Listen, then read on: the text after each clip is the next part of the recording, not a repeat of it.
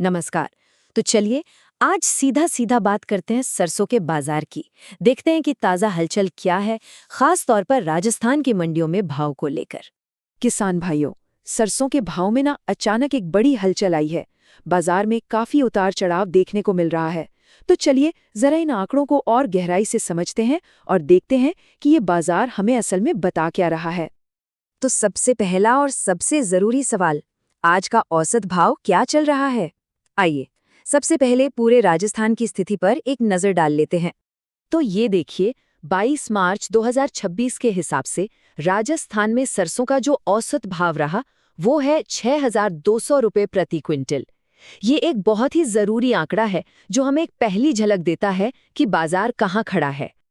अब ये स्लाइड बड़ी दिलचस्प है। 21 मार्च की जो सरकारी रिपोर्ट है उसमें औसत, न्यूनतम और अधिकतम तीनों ही भाव 6,200 रुपये दिखाए गए हैं।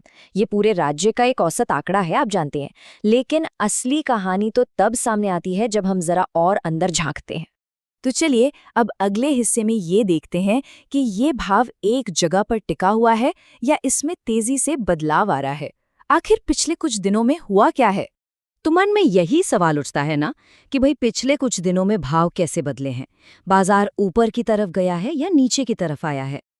ये देखिए, ये स्लाइड पिछले 5 दिनों की पूरी कहानी बता रही है।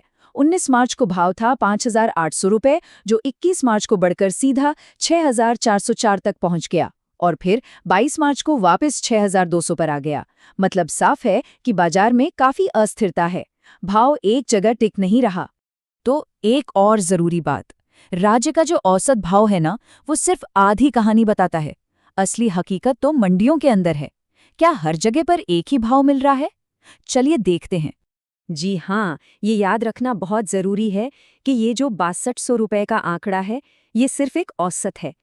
हर मंडी की अपनी एक अलग कहानी है, अपना अलग भाव है, और यही समझना हमारे लिए सबसे ज्यादा काम का है। और ये स्लाइड ये उस अंतर को बिल्कुल साफ साफ दिखाती है। 21 मार्च के आंकड़ों पर जरा नजर डालिए। एक तरफ इटावा में सबसे ऊंचा भाव 7140 रुपये प्रति क्विंटल तक गया, तो वहीं दूसरी तरफ रानीवाड़ा में ये सिर्फ 6,000 रुपये ही रहा।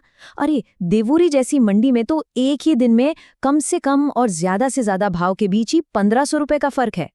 ये चार्ट इस अंतर को और भी आसान बना देता है। देखिए, सिर्फ इटावा, देवोली और सूरतगढ़ की सबसे ऊंची कीमतों में ही सैकड़ों रुपयों का फर्क है। इससे ये पता चलता है कि फसल का सही दाम मिलना इस बात पर कितना निर्भर करता है कि आप किस मंडी में हैं।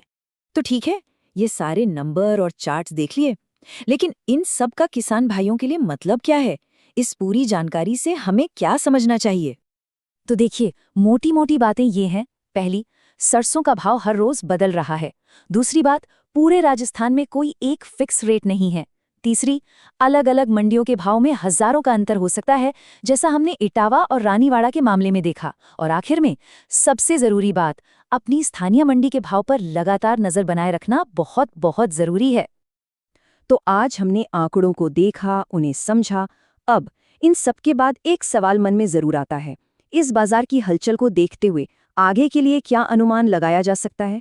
इस पर जरूर सोचिएगा।